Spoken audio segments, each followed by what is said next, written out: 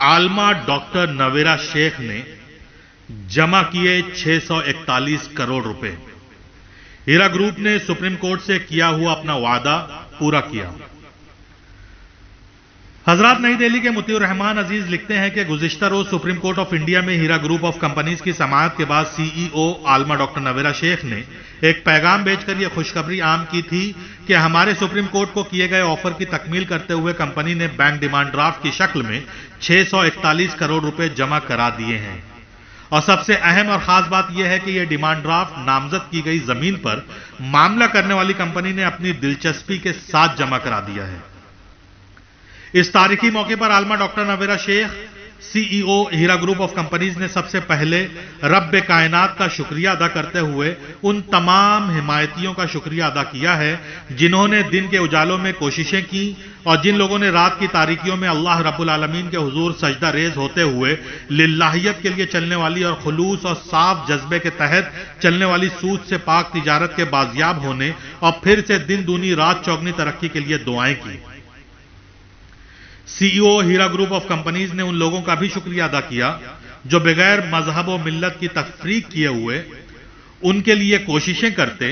और मनफी अफवाहों को मुस्बित अंदाज में पेश करते थे। आलमा डॉक्टर नवेरा शेख उन लोगों का भी शुक्रिया अदा करती हुई कहती हैं कि हाथों में पानी की बोतल लेकर दिन दिन भर मेरी एक झलक को तरसने वाले और हिम्मत अफजाई करने वाले लोगों का भी बेइंतहा शुक्रगुजार हूं। आलमा डॉक्टर नवेरा शेख ने अपने बयान में कहा कि हमारी जानिब से ऐसे कॉलोनी टोली चौकी की जमीन को फरोख्त करके 641 करोड़ रुपए जमा करने का जो बड़ा वादा पेश किया गया था उसको तकमील तक पहुंचा दिया गया है। और यह कोई अब का वादा नहीं था बल्कि अव्वल दिन से जब से मेरे खिलाफ साजिशों के जाल बुने गए थे उसी वक्त से मैंने बआवाज बुलंद कहा था कि मैं जब जहां जैसे कहोगे पैसे देने को तैयार हूं, लेकिन शर्त यह है कि पैसे हमने लिए हैं, पैसे हम ही देंगे। किसी दरमियानी खरीद फरोख्त की किसी जमीन माफिया की प्लानिंग को हम कामयाब नहीं होने देंगे और आज हमने वो करके अपनी बात को तकमील तक पहुंचा दिया है। अव्वल दिन से मैंने कहा कि मेरा कभी अपने सरमायाकारों के साथ गलत इरादा नहीं था और यह बात आज सच साबित हो गई कि मुझे गलत सताया गया है और यह जो अमानत सुप्रीम कोर्ट के हुजूर पेश किया गया वो लोगों को पैसे की अदायगी के बाद बच जाएंगे और बाद में वो बकिया शुदा अमानत हमारे पास वापस आ जाएगी, क्योंकि बहुत कम लोग हैं जो डिपार्टमेंट्स तक पहुंचे हैं जिनकी कुल कीमत 50 करोड़ भी नहीं होगी और एक बड़ी तादाद हमारे पास भी सरमायाकारों की है जो हमसे पैसा वापस चाहते हैं। सुप्रीम कोर्ट में एक अर्जी पेश करके इस बात की अपील की गई है कि हमारे साथ खड़े रहने वाले बहुत से सरमायाकार हैं जिन्हें पैसों की जरूरत है, लिहाजा सुप्रीम कोर्ट एक कमेटी का इनेकाद करते हुए उसे इख्तियार देगी और वो कमेटी जितना चाहेगी डिपार्टमेंट्स का सरमायाकारों के तनासुब से पैसों को ट्रांसफर करेगी और हीरा ग्रुप के साथ खड़े रहने वाले सरमायाकारों के तनासुब से हीरा ग्रुप के अकाउंट में भी पैसे जमा किए जाएंगे। एक सवाल के जवाब में आलमा डॉक्टर नवेरा शेख ने बताया कि सबसे बड़ी हकीकत की बात यह है कि company Hira group of companies ना बैंक का 1 रुपया कर्ज है और ना ही किसी तरह का कंपनी के खिलाफ गलत सबूत मिला है, लिहाजा यह जमा होने वाली रकम की कोई किस्म नहीं है कि यह पैसा फलां के लिए है और वो फलां के लिए। सुप्रीम कोर्ट की अब तक की तमाम समाअतों और अदालती हुक्म के मुताबिक सरमायाकारों की कोई किस्म नहीं है।